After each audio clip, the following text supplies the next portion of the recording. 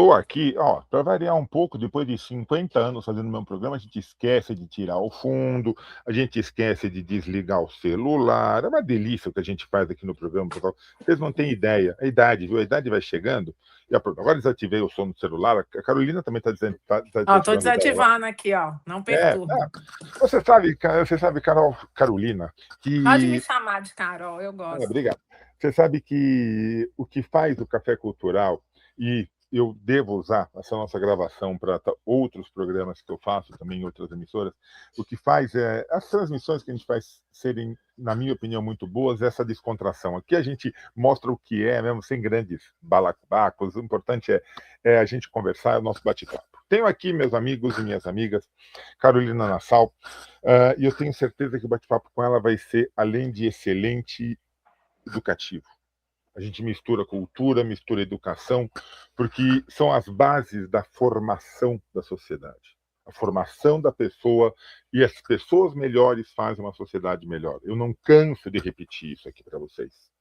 Quando a gente tem pessoas mais conscientes, a gente tem uma sociedade mais consciente e a gente vive melhor. Coisa que eu não sei se está acontecendo, mas vamos deixar esse papo aí para o meio da conversa. Antes de mais nada, Carolina, muito, muito obrigado pela presença, por estar aqui com a gente. Eu que agradeço, Sérgio. Minha linda. Eu quero fazer a única pergunta que eu tenho pronto, o resto vai no bate-papo. Eu quero saber quem é Carolina Nassau por Carolina Nassau. Então, é muito difícil hoje em dia a gente se definir sem passar pela profissão, né? Manda bala.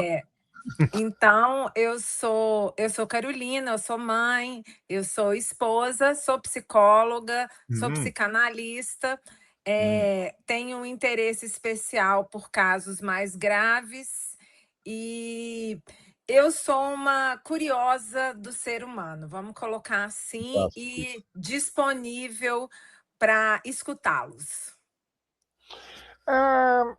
Carolina, deixa eu, antes de entrar, que você já colocou uma coisa aí que vieram, acho que umas 300 perguntas na minha mente.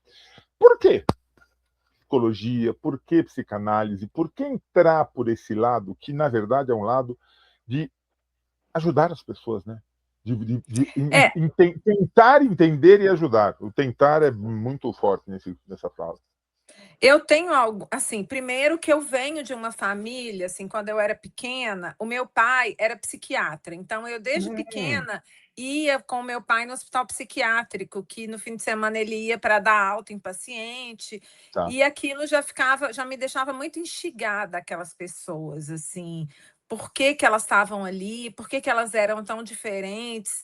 Então, aquilo já me gerava muita curiosidade. Então, o campo da saúde mental sempre fez parte da minha vida, os pacientes do meu pai ligavam na minha casa e eu prestava atenção naquilo.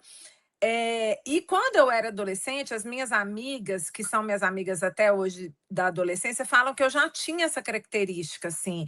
Uma amiga terminava o namoro, eu era aquela que a amiga procurava. Eu estava sempre disponível para ajudar, para escutar, para conversar. Mas eu acabei decidindo por psicologia muito nos 45 do segundo tempo do terceiro ano, em que eu entendi que eu tinha muita dúvida entre medicina e psicologia, mas aí na hora que eu fui entender, assim, ou seja, eu já queria trabalhar no campo da saúde, mas quando eu entendi o que eu precisava passar na faculdade de medicina para ser psicóloga, porque no fundo eu queria ser psicóloga, eu resolvi ir direto para a psicologia.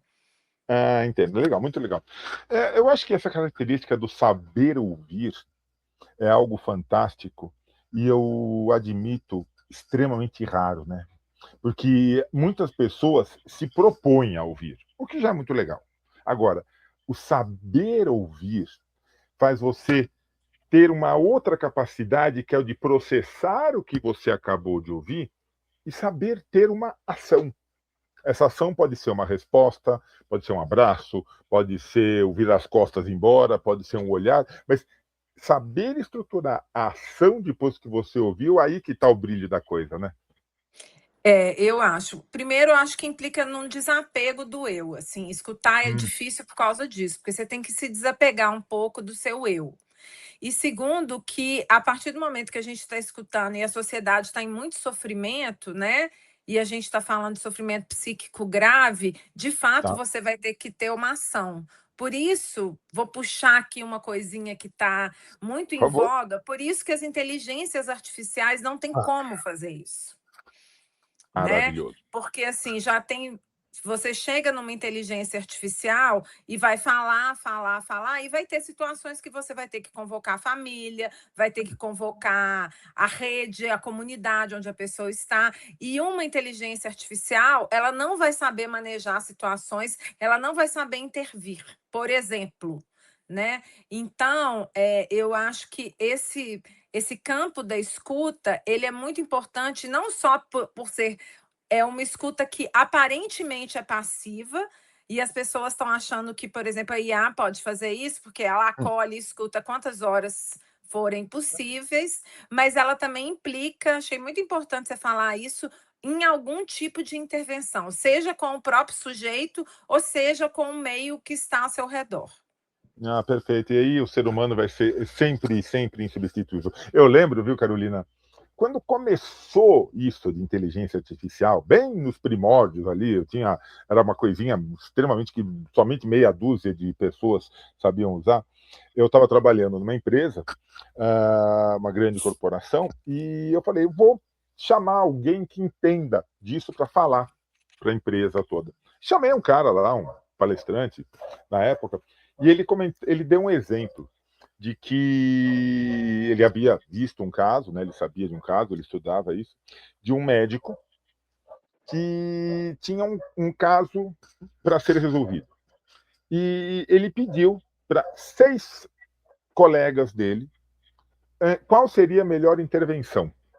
E cada um deu uma resposta diferente. Ó, faz isso, faz aquilo, faz isso, faz aquilo. Ele tinha 6 alternativas de atuação. E aí ele foi para uma IA e perguntou qual seria a melhor intervenção. E ele falou: a resposta da IA talvez tenha sido melhor do que as dos 6 amigos, mas quem iria fazer a intervenção era ele. Então, não adianta. Uhum. Então, a IA, eu acho que ela hoje é fantástica. A gente não pode botá-la de lado nas nossas vidas. Sim, sem Mas, dúvida. né, Mas mas ela só é que uma secretária, ela não é a principal. exato, amiga, exato. Você é muito mais nova do que eu, você talvez não lembre, mas existia antigamente as enciclopédias, engasguei aqui. Tinha Ah, não, eu Barça, sou dessa época também. Tinha tinha uma bem Barça, bonitinha na minha tinha casa. Mirador, tinha Conhecer, tinha um monte. E era fantástico, você ia lá e pesquisava. Aí é isso, ela é uma enciclopédia para você fazer pesquisas, e boas pesquisas. Só que quem vai intervir é sempre você. A gente não pode esquecer nunca disso, né? Sim. E É. tem uma história, né, Hum. puxando aqui o gancho do livro que fala sobre a questão da morte voluntária. Aham. Saiu uma matéria no New York Times falando de uma menina que, infelizmente, chegou a termo com a própria vida e ela estava desabafando com a IA. Ah, E a família não sabia de nada, a IA criou uma caixa preta com ela, ficaram as duas conversando, né? E aí até remeteu a um psicólogo, falou: acho que você deveria procurar um psicólogo, mas a IA é tão acolhedora nesse sentido, hum, esse é o risco, que a menina não se sentiu à vontade para falar com o psicólogo dela olha e só. acabou pondo a vida a termo. E Meu então, Deus. eu acho que é o que deixa claro, a IA não tem como intervir. Se fosse um psicólogo, teria ligado para a família, falado: olha, Uhum. aqui há um risco, precisa ter alguém com essa pessoa, né? Vamos procurar um psiquiatra, vamos pensar em formas de ajudá-la. A IA não vai fazer isso. Então, esse é um dos riscos da IA colocada nesse lugar de escuta. Entendo, entendo. E aí vamos já talvez entrando também um pouquinho no livro, só para vocês terem uma ideia, pessoal. A Carolina escreveu uma obra fantástica chamada Suicídio na Adolescência, uma abordagem psicanalítica. Ah, antes da gente entrar especificamente no livro, mas talvez já entrando também, você falou duas vezes já que você gosta de casos considerados graves. Sem dúvida alguma, o suicídio, e ainda mais o suicídio na adolescência, talvez seja colocado nos top 3 de casos graves, não sei. Mas os casos graves que você coloca, quais? Eu queria te perguntar como que você classifica esses casos como graves E emendando já uma outra coisa. O grave hoje em dia está um pouco banalizado, né? Qualquer. Ai, eu tô. Já é considerado grave, sei lá, pela IA, por pessoas que não são tão especialistas. Eu acho que caso grave, hoje, quando a gente fala de adolescência, são casos em que a gente vai encontrar uma impulsividade muito grande. Né? Então, casos em que esses jovens, e isso acontece, infelizmente, é uma geração mais. Se apresenta como mais vulnerável mesmo, mas são casos em que tem uma autolesão significativa, condutas de risco e ideação suicida.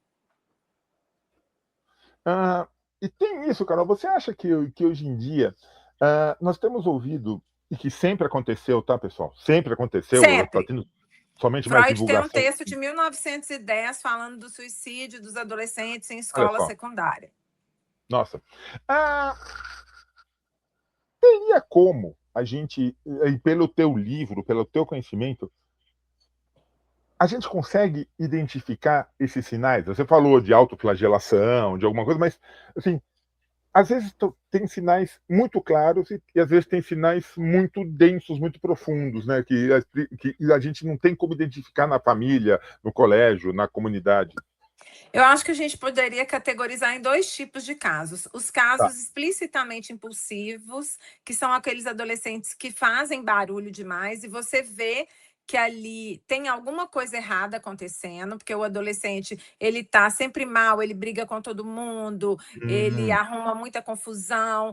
Aquele caso é um caso mais fácil de intervir, mas não necessariamente são os mais graves. Os mais graves são os adolescentes silenciosos. São aqueles Tá. adolescentes que não dão trabalho nenhum para o pai, que estão caladinhos, trancados no quarto, que ficam num canto da escola sozinhos. Esses casos me preocupam mais, porque são adolescentes que não estão colocando para fora o que está difícil para eles, e que, como eles não dão trabalho, eles podem passar batido. Nossa, isso aí. Fala, continua, por favor. Então, esse adolescente, assim, porque não é típico da adolescência, né? Ficar quietinho num cantinho, sem amigos, solitário num quarto. Então, esse adolescente é um adolescente que eu acho que a escola e a família têm que colocar reparo. Entendo. Carolina, existem incentivadores desse suicídio, não existe? Na Existe fora. internet existe. Na internet, não, e até e mesmo no círculo de relacionamento desse adolescente, você encontra situações de incentivo a esse ato, né? É incrível. Eu só estou lembrando aqui de um caso que aconteceu na escola dos meus filhos, de um menino. E, engraçado, até quieto, sem dúvida alguma, mas não quieto ao extremo, e que depois eu conversando com os pais, a escola fez um trabalho muito interessante de chamar os pais para conversar. Eu achei muito bom isso na época. E o pai, a mãe, o menino falou assim: quem incentivou meu filho foram os amigos. Ele comentou com os amigos que ele estava muito triste por uma falta de atenção que ele tinha em casa, e os amigos falaram: se mata, cara, melhor. E ele se matou. Essa é uma fala muito comum dessa geração. Eu não vejo essa fala tão comum em outras gerações, assim. Pelo menos eu não tenho acesso, assim. Essa fala, inclusive, tem um meme, né? Assim, aquelas figurinhas que eles fazem no WhatsApp, se mata. Eles falam isso com Olha. muito tranquilidade. É uma geração com muita. Como eles estão muito. É uma geração com uma subjetividade muito narcísica. Eles têm, em decorrência das telas, das redes sociais, do excesso de individualismo que a gente está vivendo, é uma geração com muito pouca empatia. Isso é uma coisa que eu confesso que me deixa assustada, assim. Então, eles, na hora que um amigo vai desabafar com o outro, em vez do outro acolher, escutar, encaminhar, ver o que pode ajudar, né? Não, ele incentiva. Nossa. Eu diria que é mais do que triste isso, né? Como você falou, é uma preocupação que eu acho que não deve sair da cabeça de pais, de professores. Carolina, no teu livro, conta pra gente como é que está estruturada a tua obra. Você fala de causas, você fala de consequências, você fala de como ajudar. Dá um perfil da tua obra, por favor. Assim, né? Eu trabalho com psicanálise de Freud e Lacan, então meu primeiro capítulo é um apanhado teórico sobre o que é o suicídio para Freud e Lacan. Tá. Então, um primeiro capítulo é mais teórico, assim, eu não indico muito para pessoas leigas, não. O segundo capítulo é um capítulo que eu já acho mais interessante para leigos, porque é um capítulo que vai falar sobre o que é a adolescência e o que é a adolescência hoje. Porque a Bom. adolescência hoje, ela tem várias características muito específicas, assim, que me chamam a atenção, dentre elas essa ausência de empatia, esse excesso de impulsividade, a incidência do digital, uma mudança na família. Então, tem várias características novas dessa adolescência. E o terceiro capítulo é um capítulo muito bom para pais, educadores e profissionais de saúde mental sobre como manejar esse tipo de situação de risco. Eu acho que são dois momentos fundamentais, né, Carolina? Eu acho que nem você falou, entender, compreender e agir na situação de risco. Eu acho que isso é fundamental. E o segundo ponto, que é o seguinte: aconteceu. E aí? O que fazer? Como Quando acolher? acontece, É. Quando acontece, tem um trabalho de um cara que trabalha com suicídio americano, que chama Schneider, Hum, que ele fala de pós-venção. O que é a pós-venção? É a prevenção para quem ficou. ok. Então, essa pessoa que ficou, que perdeu alguém de morte por suicídio, ela também precisa se cuidar, porque perder alguém de morte por suicídio, infelizmente, é um fator de risco para a própria pessoa fazer, porque ela tem um tipo de luto muito específico, que Sim, implica sim. culpa, sensação de impotência, sensação de que você não vai conseguir lidar com aquilo e que aquilo, quem sabe, é uma saída. Então, o primeiro trabalho é você indicar para essas pessoas grupos. Existem grupos gratuitos na internet, inclusive virtuais, no Instituto Vita Aleri, para Uhum. pessoas que perderam entes queridos de morte por suicídio, para compartilhar essa experiência com outras pessoas que também estão vivendo aquela mesma forma de Sim, luto e, claro, tratamento individual, né? Assim, então, essa pessoa que perdeu alguém, ela também precisa de cuidados. claro. Claro. E é fundamental não virar o rosto para a necessidade desses cuidados. E Ah, tem uma diga, coisa que você por favor. perguntou sobre a minha história, né? Ah, Assim, eu não vou uhum. entrar muito nisso, porque eu acho um pouco complicado entrar, mas assim, o que me levou para esse tema foi Ah, exatamente na adolescência perder alguém muito próximo de morte por suicídio. olha só, menina. Então, não é por acaso que eu estou nisso, entendeu? Não, não, Eu interessante, o interessante. termo é assim: você é um sobrevivente de suicídio, entendeu? Então, eu também passei por essa situação e eu sei o Nossa. que isso provoca e a especificidade do luto. Eu era muito jovem, eu tinha 16 anos, mas sem dúvida é uma experiência que é um antes e um depois que você perde alguém nessas circunstâncias. Hum. Carolina, é uma pergunta que sempre fazem, e desculpa fazer também para você. O suicídio é um ato de coragem ou é uma covardia? Eu acho que é um ato de sofrimento. Eu acho que Fantástica indica. resposta. Fantástica. É muito raro uma pessoa tomar essa decisão se não for porque ela está num sofrimento profundo, Uhum. né? Seja por uma doença, né? Porque tem esses, né? A pessoa pode estar Hum, doente, falar, não dou conta de experimentar mais essa doença, seja por um sofrimento físico ou seja por um sofrimento psíquico. A ideia é você sair de uma situação de sofrimento. Ninguém que está bem faz isso, tá. né? Normalmente é uma tentativa de sair de uma situação que está gerando muito sofrimento. A especificidade dos adolescentes hoje é Hum. que eles não estão conseguindo saber esperar. A gente colocou tudo Olha, tão rápido na mão deles, né? olha. Nós somos de uma geração que você tinha que esperar a música tocar no rádio para você gravar se você quisesse escutar de novo, que você tinha que Esperar o mandar uma próximo disco, né? Exatamente, você tinha que esperar a carta chegar. Se você quisesse comer um McDonald's, você tinha que esperar o fim de semana para você ir. Não era assim, não. A gente lidava Fantástico. com um tempo de espera. Esses É. adolescentes contemporâneos, em decorrência da tecnologia, em decorrência do excesso de coisas que eles acessam, eles não sabem esperar. Então, eles vivenciam uma situação de sofrimento e antes de que eles possam esperar para ver no que aquilo vai dar, muitas vezes eles cometem atos impulsivos por não saber aquela situação, como que vai mudar. Nossa, Então, que explanação maravilhosa, maravilhosa. Continua.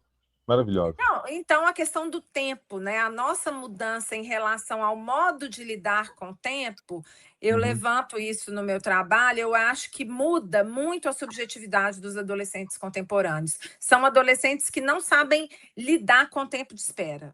Claro que o adolescente sempre foi apressado, né? Adolescente é tudo para ontem, mas eles não conseguem. Então, às vezes, a pessoa vê uma coisa na rede social e antes dela entender o que está acontecendo, ela já conclui que ela vai se machucar, que a vida não está valendo a pena. Então, eles não conseguem lidar com a questão do tempo. Nossa, e olha só, você falou uma coisa que é perfeita, perfeita. E você vai lembrando, né, de como era na época. Ah, você tinha que esperar o cantor lançar o próximo disco, isso ia acontecer no ano que vem.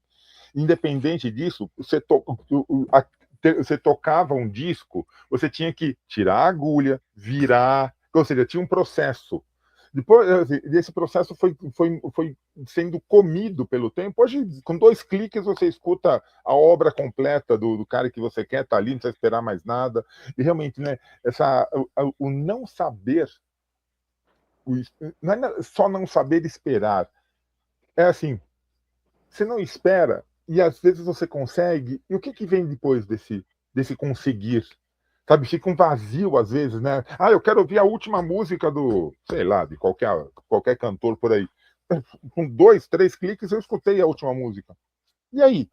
O que vem mais? Exatamente. Eu não sei se você tinha essa experiência, mas eu lembro muito na minha adolescência de ficar escutando rádio Poxa, para quantas tocar a vezes? música que estava fazendo sucesso, e aí a gente pegava aquela fitinha e gravava a música para aí a gente ter acesso à música a hora que a gente queria.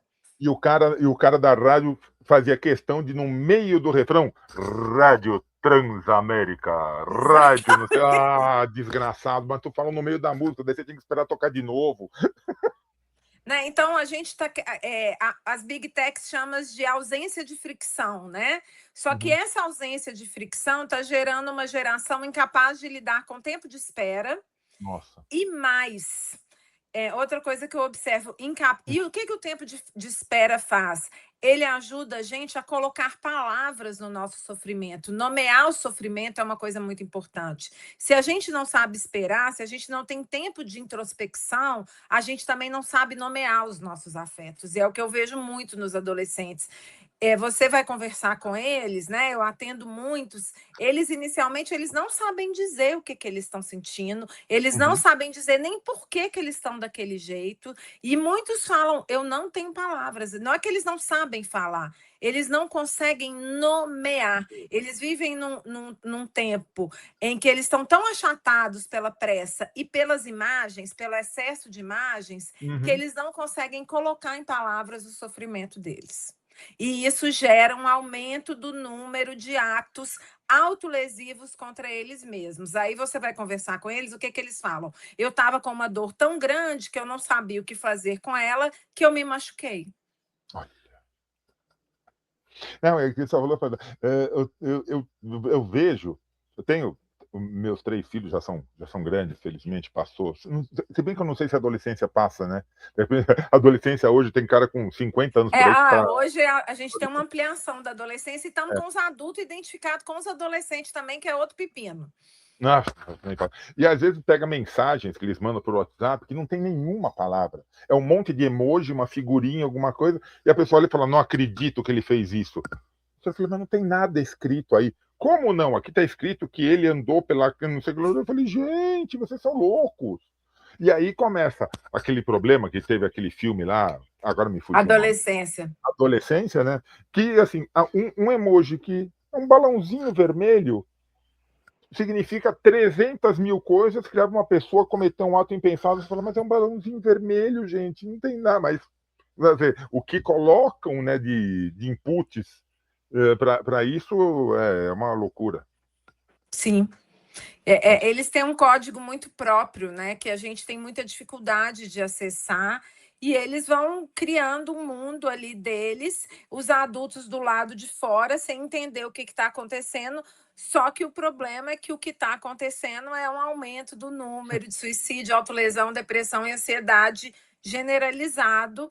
E eu acho que muito por conta dessa dificuldade de lidar com o tempo, da incidência do digital e da dificuldade de colocar em palavras o sofrimento. Não, sem sombra de dúvida, você Sofrimento está. característico da adolescência, nós tínhamos.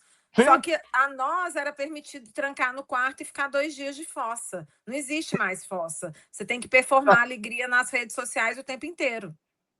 nossa. É verdade, eu estou tentando lembrar. Nossa, tinha tanta música de fossa que a gente escutava, né? Umas A coisas gente que. tinha letra para falar disso. Né? É, Você, não, sei lá, colocava um Legião Urbana e colocava: tenho andado distraído, impaciente, indeciso e ainda estou confuso, mas agora é diferente. Isso é adolescência. A e a gente música tinha. Agora, o que é a colocava. música hoje? É pancadão, é socadão, é colocadão. Como é que você vai falar do seu sofrimento? Nossa senhora. Nossa senhora. Às vezes o caso é pior do que a gente imaginava. E você falou também uma coisa muito boa de ter sido colocada. O suicídio pela doença. Tem casos, nós conhecemos, que a pessoa simplesmente desiste da vida. Não quero, eu não quero passar por isso. Olha, você está com câncer, você está com uma gripe. Ela fala, eu não quero passar por isso, e se abandona, né? E esse abandono não deixa de ser um suicídio, pode ser levado a termo ou não, quer dizer, se for, mas o abandono, né? Quando a pessoa se abandona por causa de uma doença, não deixa de ser uma tentativa de suicídio. Sim. E aí a gente tem que. Aí é uma outra discussão, né? Porque aí é uma outra forma de suicídio que a gente ainda discute pouco no Brasil, que é o suicídio assistido em decorrência de doenças terminais graves, né? Aí é um outro ponto, assim, que a gente ainda vai ter que ter muito debates e que em alguns países é legalizado, exatamente porque aquela pessoa não tem mais perspectiva de vida, que é muito diferente de um adolescente que quer colocar a termo à vida antes da vida ser experimentada. Não, realmente é coisa fora do normal, tem muita coisa.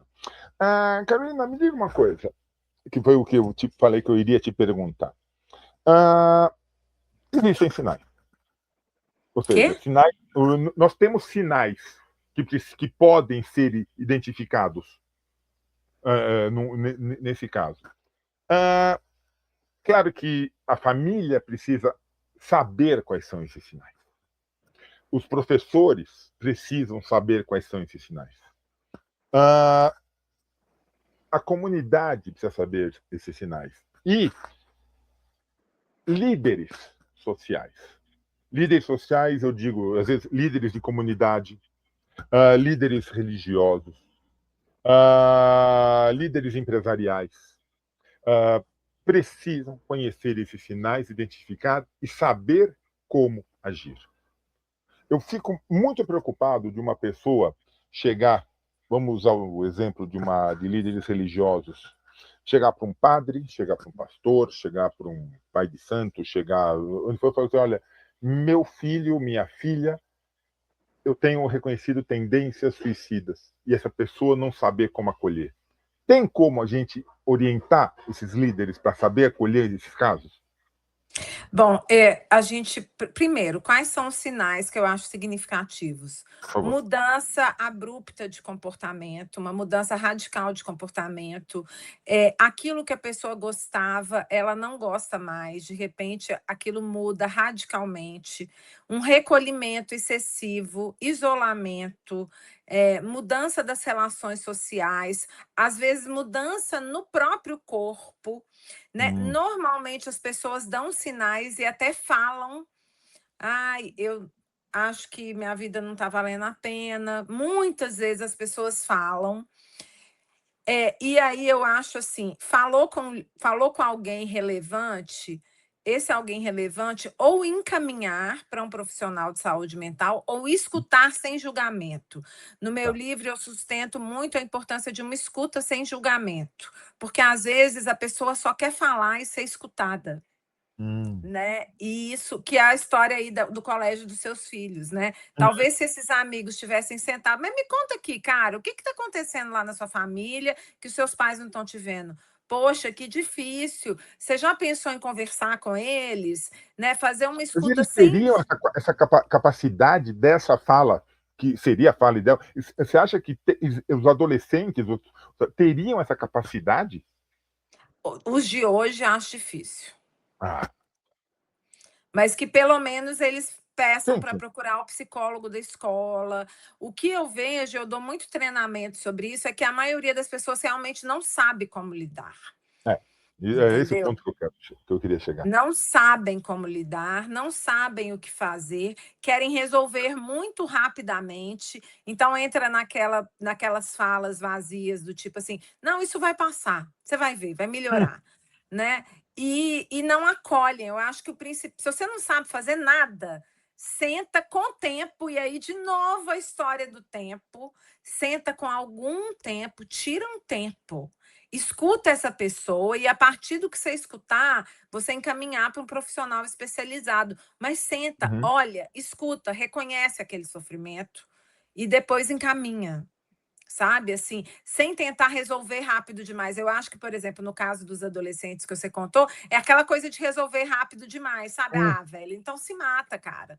Entendeu? Para não ter que lidar com o mal-estar que é falar desse tema tão desagradável. Eu sei que é desagradável falar disso. Então, as coisas desagradáveis às vezes são as mais necessárias, né? O famoso, olha, você não pode comer, não come brócolis, eu não gosto, mas você tem que comer brócolis porque faz bem para a saúde. ah, Sabe, Carol, a gente vai lembrando de casos que aconteceram, né? Eu tinha uma amiga, tá, tenho ainda essa amiga, claro, que descobriu um câncer. Já, não adolescente, mas assim, vai, com 20 e poucos anos. De repente, ainda assim. E um dia que eu fui falar com ela, eu cheguei para ela, sentei do lado dela, eu estava já carequinha, já estava um pouco mais magra, recuperou tudo, claro. Eu olhei para ela e olhei para ela e falei, mas que M, hein? Ela olhou para mim e falou, cara, obrigado, obrigada. Eu falei, por quê? Falou, porque todo mundo chega aqui, pega na minha mão, calma, vai passar, aguenta. Não, não, olha, eu tenho certeza que você é forte, que vai superar tudo isso. Falou, todo mundo tem uma fala pasteurizada. Você foi o único que olhou para mim e falou, mas que M de situação que você tá, hein? Ela falou, é assim que eu me sinto, obrigado. Sabe? Isso é nomear a situação. Nomear. Olha, né? Sem ficar passando pano o tempo inteiro.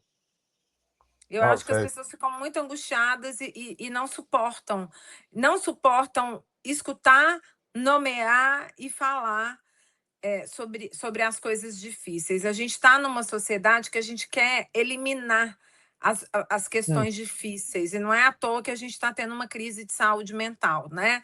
A gente nossa. quer eliminar, né? Vou dar um exemplo assim muito contemporâneo assim.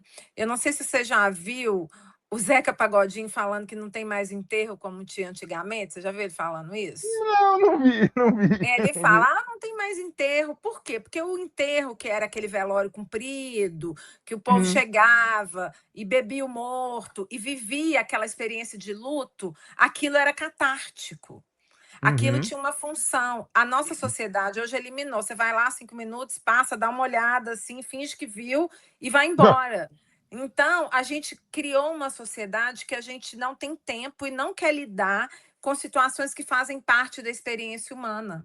E aí, na hora que a gente vai viver a dor da experiência humana, que implica essa existência nossa aqui, a Hum. gente não sabe como lidar mais. A gente não tem ferramentas sociais para lidar com situações de dor, luto, perda, né? Se a gente está vivendo só para performar produtividade, beleza e alegria, como que a gente vai lidar com questões existenciais que passam pelo sofrimento?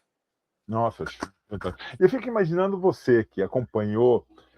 seu pai, seus pais, desde você, adolescente, e identificando a evolução ou involução da adolescência até os dias de hoje. O quanto que você falou, você deve imaginar, porque o como era melhor, o como poderia estar melhor. E aí eu vou te fazer uma pergunta. Olhando para frente, o que você vê? Todos os movimentos históricos são cíclicos.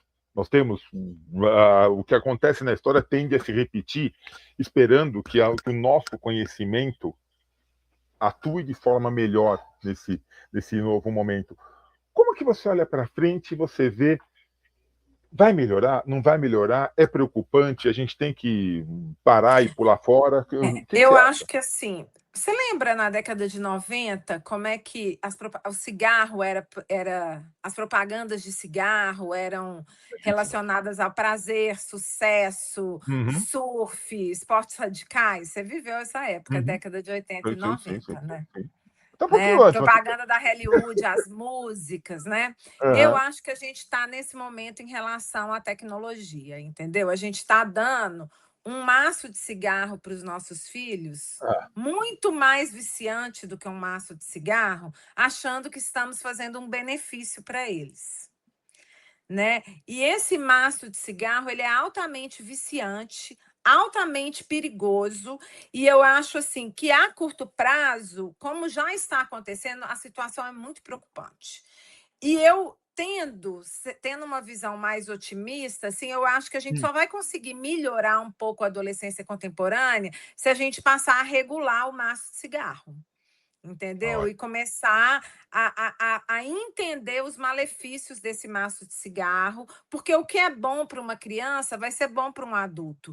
E hoje a gente está vendo uma coisa generalizada, então, assim, futuro próximo, meio distopia, assim, ninguém conversa mais, né? Graças à regulamentação das escolas, a gente volta a ter recreio. Olha que coisa bizarra que a gente estava Aham. vivendo. As crianças não brincavam mais no recreio.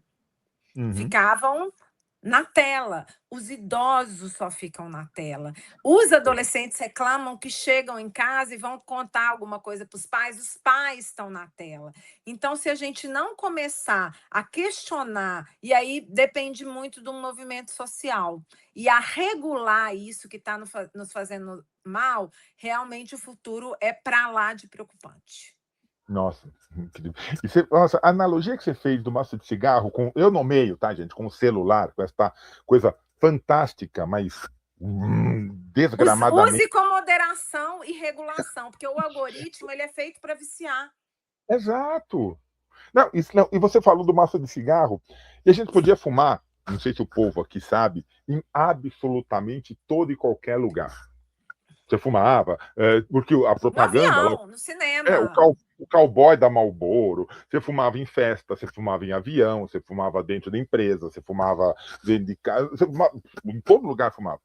E aí veio uma regulamentação para melhorar isso.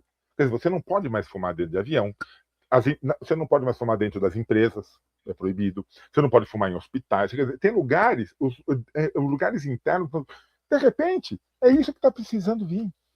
Não use, só que a gente está incentivando, né? Hoje em dia a tecnologia permite que você use o celular no avião. Ah, não, é só botar aqui no modo avião, você usa o celular à vontade. Não, para de usar celular no avião. Para de usar celular na empresa. Para de usar celular na escola. Põe uma caixinha, que nem hoje em dia tem, né? Várias famílias ainda mantêm uma caixinha de sapato do lado de fora de casa, porque na pandemia você tirava o sapato, quando você eventualmente saía, você tinha que tirar o sapato e guardava e não entrava em casa com o sapato. Põe isso aqui numa caixinha quando você entra em casa. Fala assim, não, dentro de casa eu não uso. Ou então Sim. põe na função telefone. Isso aqui se chama telefone celular. Ele é para fazer e receber chamadas. Deixa só para isso. Para acessar a internet, usa o computador. Para relógio, usa um relógio. Fala, Carol, desculpa, eu me perco de vez em quando. Porque eu acho uma analogia muito perfeita mesmo, assim, até É, parece, porque a gente, assim, né, hoje olhando para trás, quando a gente pensa no que era a década de 80 e a década de 90, as pessoas fumando em todos os lugares, é muito estranho, né? Você pensar que as pessoas sim, fumavam no cinema. assim, é muito estranho pensar isso, assim. Verdade, verdade. Então, talvez Incrível. a gente tenha que estranhar um pouco esse momento que a gente está vivendo, em que tudo que a gente vai fazer, a gente vai acessar o celular. As Uhum. pesquisas, infelizmente, indicam, no mínimo, uma correlação entre o aumento do número de ansiedade, depressão, suicídio e autolesão a partir do surgimento do smartphone. Enquanto era só Tá. celular, estava ok. Uhum. A hora que virou smartphone, isso complicou muito a saúde mental dos adolescentes e foi mundial. Os dados não mentem. Existe, no mínimo, uma correlação entre essas Claro, claro. situações. E o que, que a gente vê além disso? Assim, hoje eu vejo situações muito inimagináveis. Assim, as pessoas vão para a faculdade. Imagina isso, Sérgio. Você vai para a Hum. faculdade, você fica um ano na faculdade, você não faz um amigo. Verdade. Pura verdade. Nossa, incrível, incrível, Carol. Incrível.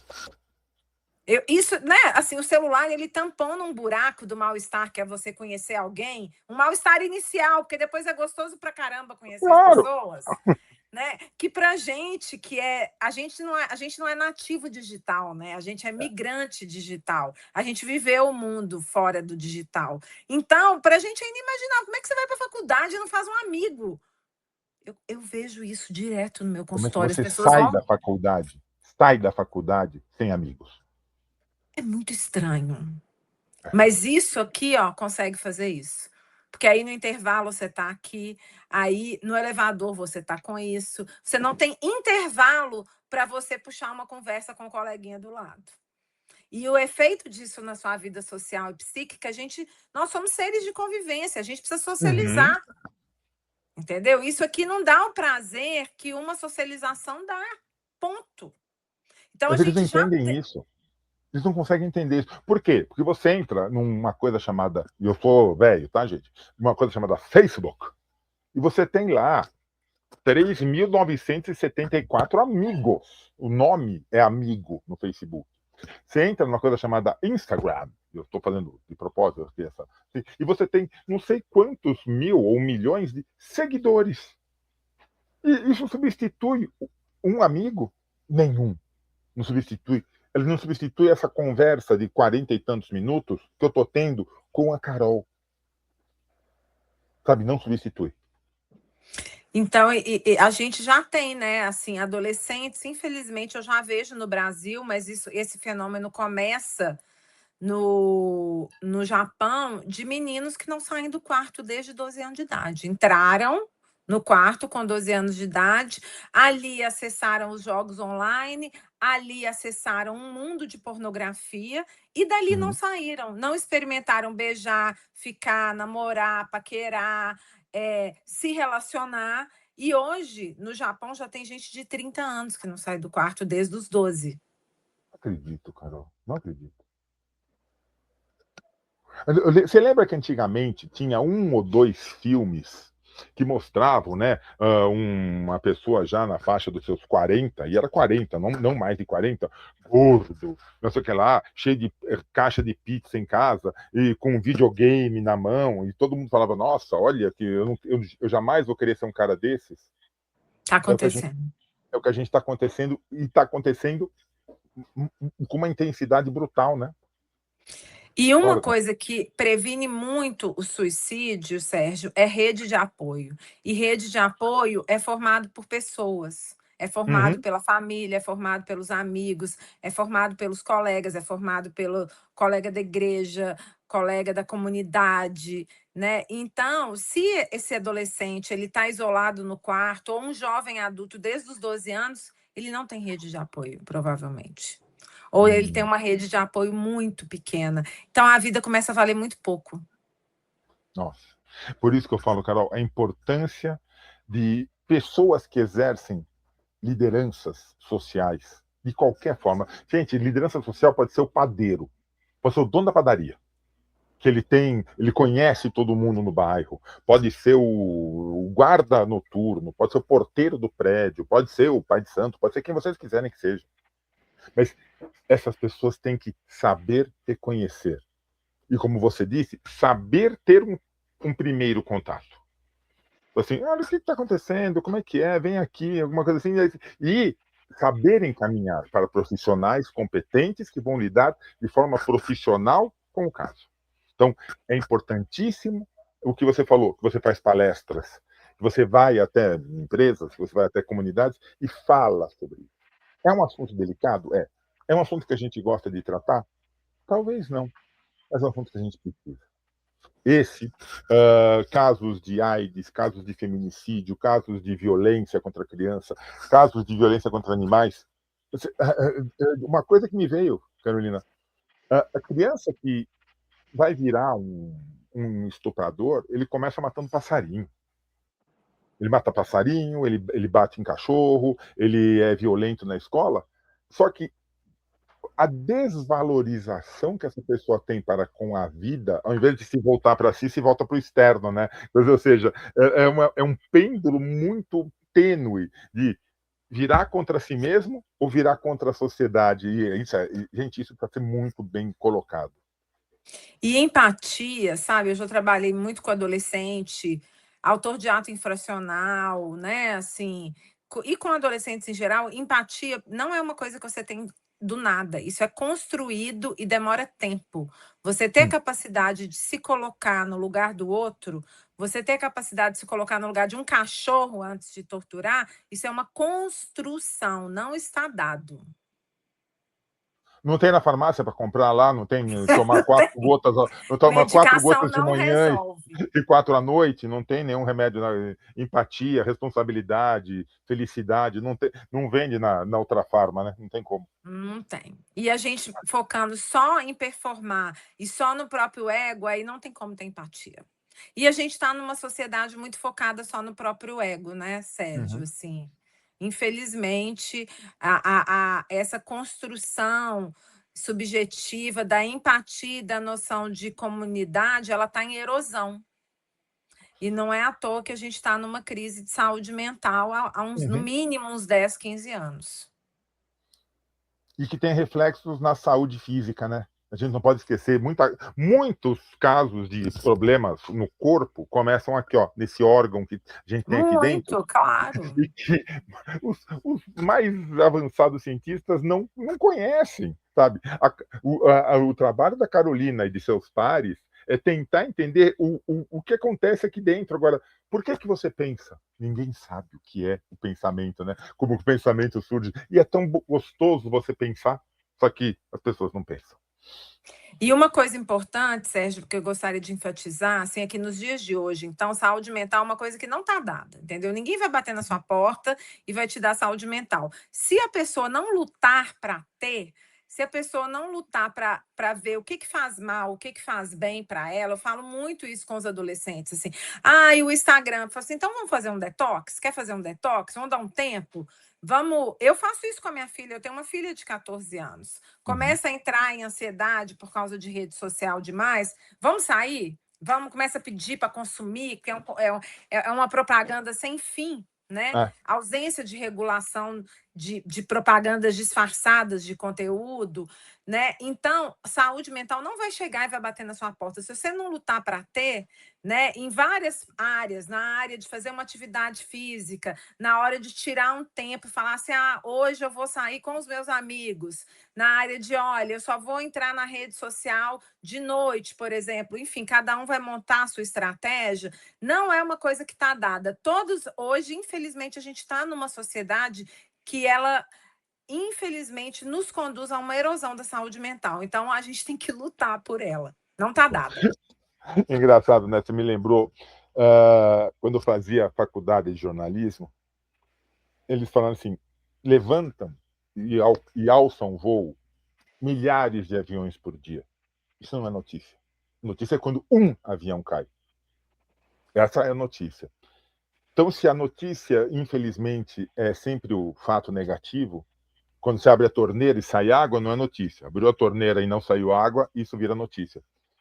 Vamos começar, nós, profissionais de comunicação, a olhar esses pequenos aviões que estão caindo, adolescentes que estão cometendo suicídio, e vamos colocar isso nas páginas, vamos colocar isso nas propagandas, vamos colocar isso nos anúncios, vamos colocar isso para que esse assunto entre e caiam cada vez menos aviões, todo mundo tenha água, e nós tenhamos esses adolescentes se desenvolvendo, virando adultos, e aí a gente cuida dos adultos. Vamos cuidar por etapa, não tem como.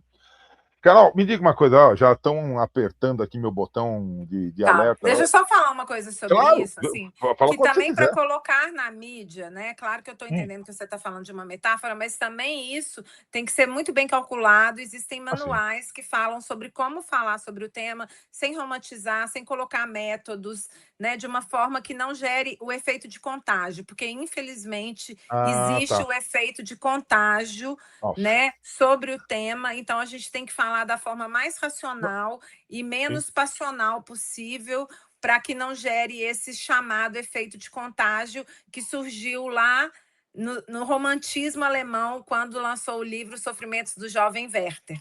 Você sabe dessa história? Não, conta para nós.